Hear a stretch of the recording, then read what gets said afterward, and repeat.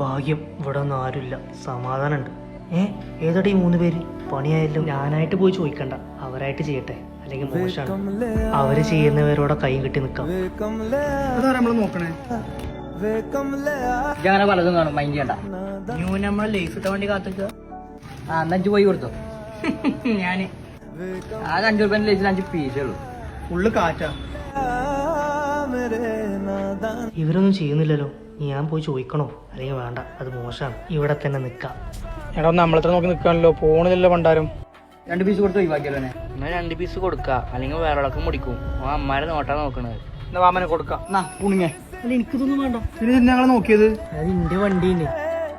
ഇവിടെ പോയിട്ടാണ് എനിക്ക് പോവാന്. എന്നാ എനിക്ക് പറഞ്ഞൂടെ? അല്ലെങ്കിൽ ഭക്ഷണം കഴിക്കല്ലേ, അത് മോശമല്ലേ?